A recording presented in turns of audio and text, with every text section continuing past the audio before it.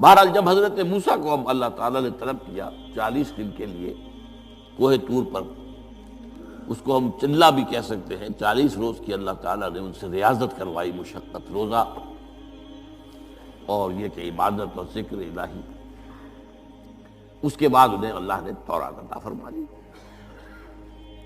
تو اسی طریقے سے وہاں 40 دن کا معاملہ ہوا حضرت موسیٰ علیہ السلام کے ساتھ۔ اس کے بعد الواح دے دی گئیں، جو پتھر کی تختیاں تھیں، ان کے اوپر جو احکام عشرہ ہیں، دی 10 کمانڈمنٹس، جو بنیاد ہے۔ جیسے میں نے کہا کہ سورہ بقرہ جو ہے شریعت محمدی کی اساس ہے، تو شریعت موسوی کی اساس وہ 10 کمانڈمنٹس ہیں، جو کہ پتھر کی سلوں پر لکھی ہوئی دی گئی ہیں حضرت موسیٰ علیہ السلام کو کوہ طور پر۔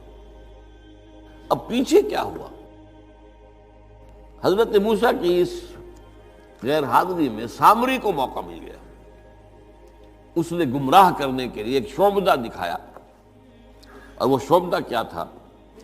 آل فرعون کے جو زیور وغیرہ ہوتے تھے ان لوگوں کے، وہ ان بنی اسرائیل کے لوگوں کے پاس امانت رکھا کرتے تھے، یعنی انہیں بھی اندازہ یہ تھا یہ اسرائیلی جو ہیں یہ بددیانت نہیں ہے، یہ جو ہے اس کے اندر جو ہے نہیں کریں گے کوئی خیانت، خائن نہیں۔ بہرحال چونکہ حضرت ابراہیم کی اولاد تھے، حضرت یعقوب کی اولاد تھے، تو چاہے اور ان میں خرابیاں آ گئی ہوں گی، لیکن یہ کہ یہ اندازہ انہیں تھا کہ یہ امین لوگ ہوتے ہیں، تو ان کے پاس امانت رکھی ہوئی تھی۔ جب وہ نکلے وہاں سے، وہ ساری چیزیں بھی ساتھ لے کر آ گئے۔ اس کو کہا اس نے، سامری نے، کہ یہ پھینک دو، یہ تو نجس ہے، تمہارے لیے جائز نہیں۔ اس حد تک تو بات ٹھیک ہوئی۔ پھر ان کو پگھلا کر اور ایک بچھڑے کی شکل بنا لی، اور اس کے اندر ایسا کچھ میکینزم رکھا کہ اس میں سے ہوا گزرتی تھی، اندر سے کھوکھلا تھا، تو آواز ایسی آتی تھی جیسے کہ بچڑا ڈکرا رہا ہو۔ اس نے کہا یہ ہے تمہارا خدا۔ یہ موسیٰ کو تو مغالطہ لگا ہے، کس غلطی فہمی کے اندر وہ پڑ گئے ہیں، کہاں گئے ہیں، کس خدا کے پاس گئے ہیں، یہ خدا تو یہ ہے تمہارا خدا، اسے پوجو۔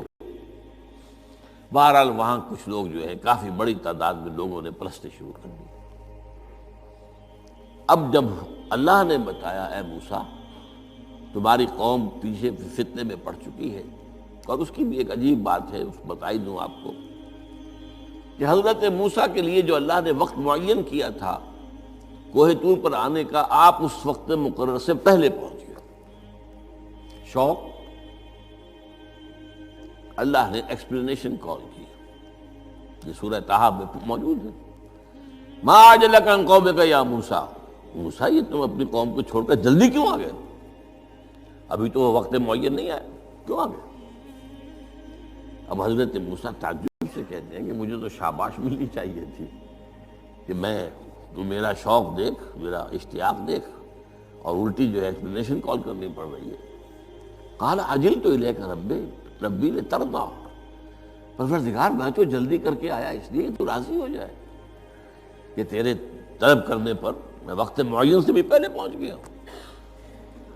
فرمایا نہیں، یہ اجرت جو ہے یہ ایسی خطا ہے تمہاری کہ تم نے در حقیقت جو یہ غلطی کی ہے اس کی وجہ سے سامری کو موقع مل گیا ہے کہ اس نے تمہاری قوم کو اضل لہم السامری، سامری نے گمراہ کر دیا۔ یہ خبر پا کر اب حضرت موسیٰ علیہ السلام جب آئے ہیں واپس اپنی قوم، اس کے لیے جو الفاظ آئے ہیں یہ سورہ اعراف کے اندر ہے۔ فلما رجع موسیٰ الی قومہ غضبان آسفا، یہ غضبان، یہ غضب کی ایک انتہائی شکل ہے۔ اس وزن پر عربی زبان میں جو الفاظ آتے ہیں وہ کسی شے کی شدت کو ظاہر کرتے ہیں۔ انا جوعان، میں بھوک سے مرا جا رہا ہوں۔ انا عطشان، میں پیاس سے مرا جا رہا ہوں۔ اسی طرح رحمان، جس میں رحم جو ہے وہ ٹھاٹھے مارتے سمندر کے مانند ہے۔ تو اس وزن پر جو الفاظ آتے ہیں اسی وجہ سے غضبان، تو میں کہہ رہا تھا یہ ہے جلالی طبیعت حضرت موسیٰ علیہ السلام کی، کہ انہیں جب یہ اندازہ ہوا کہ میری قوم کے کچھ لوگ جو ہیں وہ اس طریقے سے گمراہ ہو گئے، مشرک ہو گئے، وہ شرک بھی جلی شرک، خفی شرک نہیں، باقاعدہ ایک پرستش جو ہے ہو رہی ہے ایک بشرے کی، اسے خدا مانا جا رہا ہے۔ اسفا، بہت ہی متاسف۔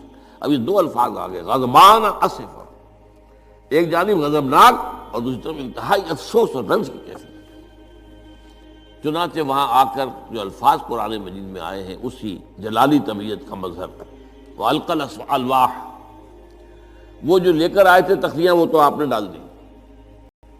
وَأَخَذَ مِرَاسَ أَخِيهِ يَجُرُّهُ إِلَيْهِ، اپنے بھائی حضرت ہارون کا سر پکڑ کر، بلکہ داڑھی کے بال پکڑ کر اور پیشانی کے بال پکڑ کر گھسیٹا، یہ تم نے کیا کیا؟ میں تمہیں خلیفہ بنا کر گیا تھا یہاں، تمہارے ہوتے ہوئے اور یہ کام ہو گیا، تم کیوں نہ میرے پیچھے آ گئے مجھے بتانے کے لیے؟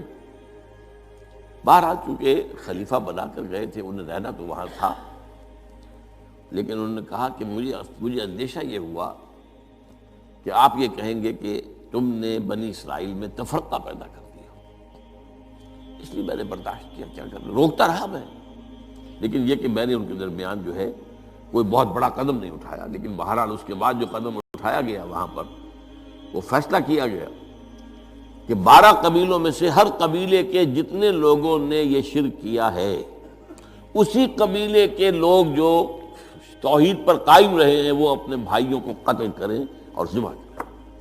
تو تورات کی روایت کے مطابق 70,000 یہودی قتل ہوا،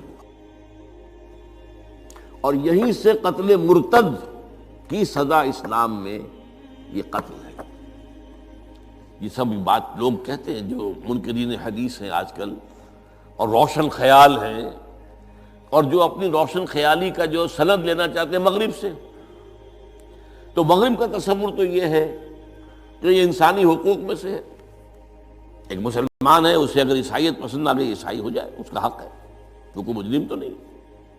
یہ تمہاری شریعت میں یہ کہ قتل کر دیا جائے، یہ تو در حقیقت جو بنیادی حقوق ہے انسان کے اس کے خلاف ہے۔ اسی طریقے سے ایک مرد اور ایک عورت رضامندی سے زنا کرتے ہیں، آپ کو کیا اعتراض ہے؟ یہ ان کا حق ہے، ہاں مائنر نہ ہو، چھوٹے نہ ہو، نابالغ سے زنا نہ کیا گیا ہو، جبر نہ کیا جائے، جبر کریں گے تو مجرم ہو جائیں گے، لیکن اگر رضا کے ساتھ باہمی رضامندی سے وہ کرتے ہیں یہ زنا تو کوئی جرم نہیں ہے، ان کی مرضی ہے۔ تو یہ سارا تصور جو ہے حقوق انسانی کا جس طرح کا ایک مبالغہ آمیز تصور دنیا میں ہو گیا ہے، اس کی روح سے ہمارے ہاں بھی جو لوگ ہیں جو انہی کو ماڈل بنا رہے ہیں اب، تو وہ کہتے ہیں کہ جناب قرآن میں کہاں ہے مرتد کی سزا، اس طرح قرآن میں کہاں رجم کی سزا؟ تو یہ جان لیجئے کہ یہ دونوں سزائیں حضور نے اپنی سنت کے ذریعے سے نافذ کی ہیں، لیکن اخذ کی ہیں تورات سے۔ ظاہر بات ہے کہ حضور سے پہلے جو شریعت موسوی تھی وہ لاگو تھی، یہودیوں کے لیے شریعت موسوی تھی، آج تک بھی ہے۔ عیسائیوں کے لیے بھی حضرت مسیح یہی کہہ کر گئے تھے کہ یہ نہ سمجھنا کہ شریعت موسوی کو ختم کرنے آیا ہوں میں، law of Moses, don't think I have come to destroy law, this law of Moses will be applicable to you۔ وہ تو سینٹ پال نے ختم کیا ہے، اور آج کی عیسائیت جو ہے یہ عجیب مذہب ہے جس میں کوئی قانون ہے ہی نہیں،